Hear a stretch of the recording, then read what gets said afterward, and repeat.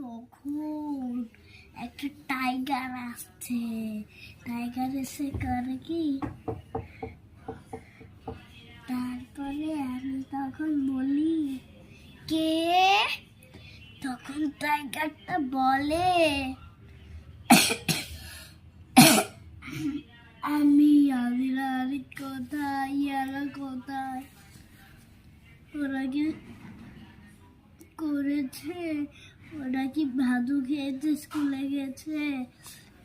বললাম হ্যাঁ হ্যাঁ গেছে, সব করেছে, তুমি চলে যাও, না হলে আমার কাছে গান আছে, গুলি করে দিব তোমাকে। শেষ। এটুকু।